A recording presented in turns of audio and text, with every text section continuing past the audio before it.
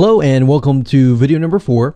This is going to be the note-taking methods and strategies. So we've gone from videos 1, 2, 3, which has helped set the stage for this particular video. Now, this particular video is pretty simple, so do not take the simplicity as something that does not work, because it actually works wonders. Now, if you can apply this stuff, this is really going to help you out. And then I'm going to show you other tools that you can use to kind of speed the process up. But before we talk about the tools, it's going to be necessary and crucial to talk about the strategies themselves. Now, these are actually note-taking strategies that work really, really well. So basically, to start things out, for short reminders that you need to see visually to help you remember, Post-it notes are effective. If you're not aware what Post-it notes are, these little notes, sticky notes that you can paste to, the wall, to your laptop and things like that. There are even Post-it notes via a lot of mobile phones. So if you rather take, notes via your mobile phone, that's another route that you can go. Now, if you're sitting down while listening, and what you need to do and to take bullet points or a checklist is to use a pen and paper, because pen and paper is really, really effective.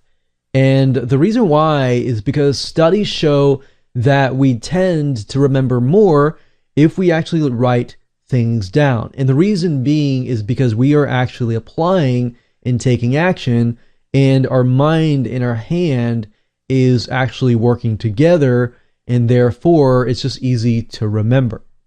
So that's just something to keep in mind, that if you want to retain the knowledge, make sure that you use a pen or a pencil and paper.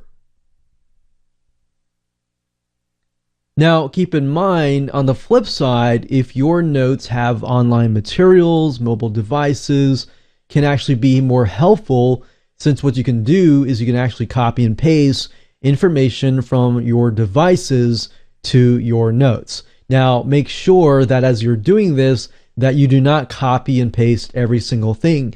You want to make sure that you are being selective, and you want to make sure that you know your end goal, so that you either need to use the notes to create infographics, to create presentations, or whatever. As long as you understand and you know that is your end goal, then taking notes and being selective about the notes that you take is going to be much more powerful.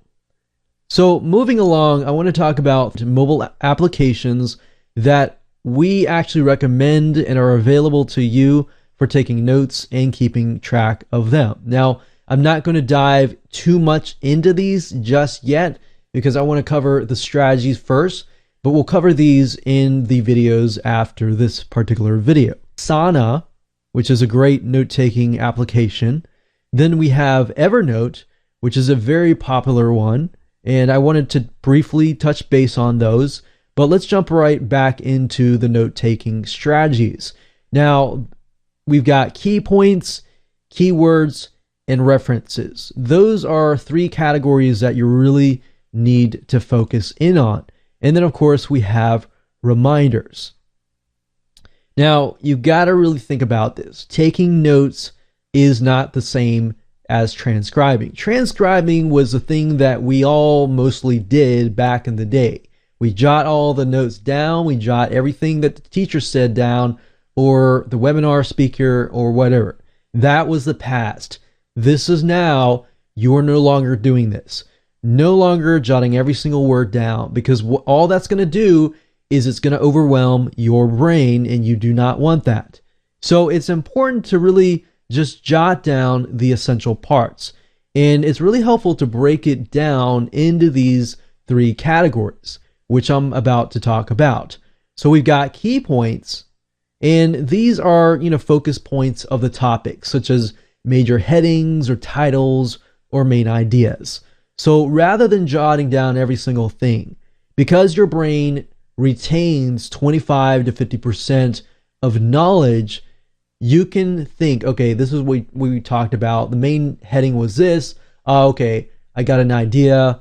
of this. So because your brain still retains a good amount of knowledge, as long as you can refer back to that without overwhelming your brain is going to be able to retain that knowledge. If you overwhelm it, however, that's going to be a different story. So the second category is keywords. So it's important to record keywords relating to a specific key point.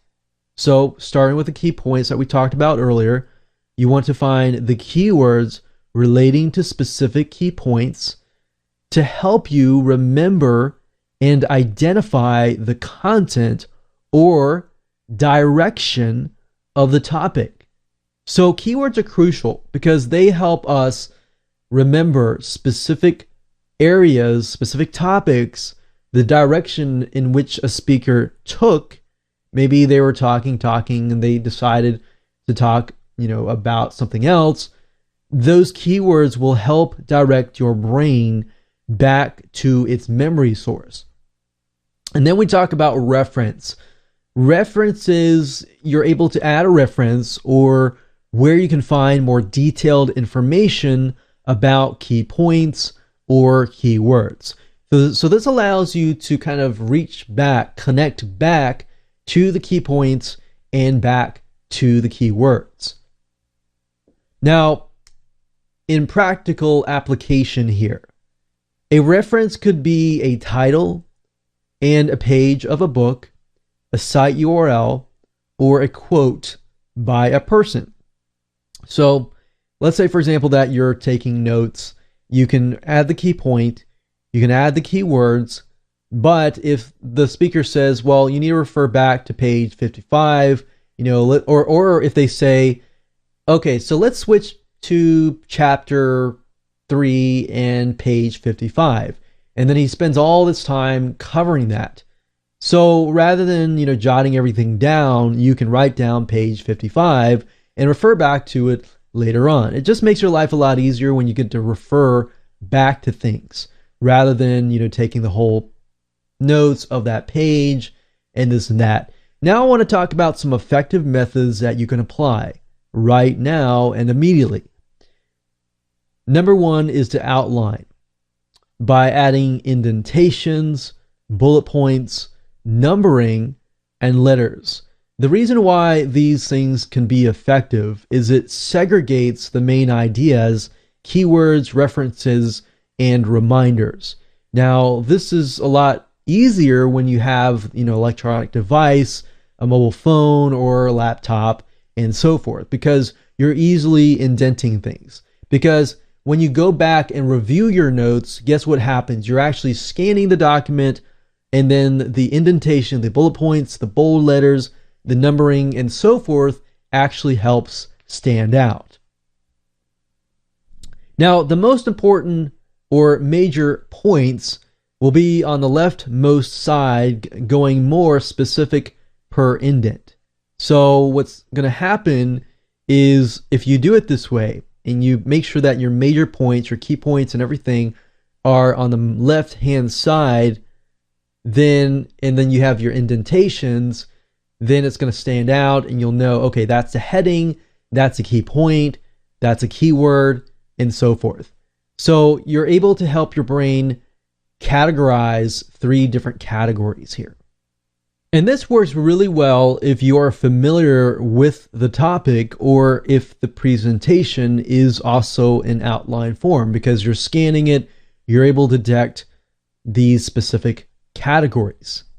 But if you're using a tablet or any other online app, which you can easily edit, that can work really well as well. So that way you don't really have to convert it from text to electronic. Now let's talk about reminders. Reminders are always good to have. And these are, often your personal observation that, can add more context to your notes. So if you have something like a personal observation that you notice during the lecture itself, and you add those reminders, that's actually going to help later on, because you can be reminded that something happened or something that they said and stuff like that. Now, an example of a reminder could be also red flags or possible questions that you have about a certain topic. And what you can also do is you can also flag the topic by adding a question mark. If you feel maybe you need to look at it more later or do more research or even refer back to the lecturer, speaker, or instructor. That way you know that you can go back later on. Now let's talk about columns. Columns will basically allow for easy filtering, sorting, and scanning notes. So if you look at here, if you have your key points and your everything categorized and everything like that, it's just going to make life a lot easier when you're going back to scan the notes. Yes, it may be, a little bit of a pain in the butt at the moment, but I can guarantee you it's going to make your life a lot easier and you're just going to be a lot happier. Plus, it works really well in an online format. Next thing and third thing, we have mapping. So with mapping, you can start your outline from the top or the left, going from more general idea to a more specific as you go down the tree or as the ideas branch out. So if you think about something like a genealogy tree or something, you start from the top and you have a general idea and you move more specific down as you go. That's another method that you can use for note taking, is to map things out. Or you can use something like a mind map to map things out. That way, when you look at something, you understand the process better, especially if, on the webinar, on the lecture, they're talking about specific strategies, process, some sort of step-by-step form of, lecture. You can take that, map it out, and that way when you come back to it, you know exactly, okay, step by step. They start from here, they go to here, they go to there, and so forth. And this works really, really well with visual type folks. Now, if you think about it, there's 3 different types of main learning types. There's visual, there's kinesthetic, and of course, there's auditory. Now, visual type people, they prefer to actually see things and then do it. Kinesthetic type learners prefer to actually do it while they're actually hearing it and so forth. Now, sometimes you can't do that, but by actually doing something, using your hands, with kinesthetic people will actually remember it better. Now, auditory, taking notes and taking textual notes and things like that is actually more effective as well. So mapping really, really helps, and it works really well if you have a little idea of how the topic is going to be presented, and then of course you break it down and be more specific. So that brings us to video number 5, where we will be talking about Asana's exciting feature.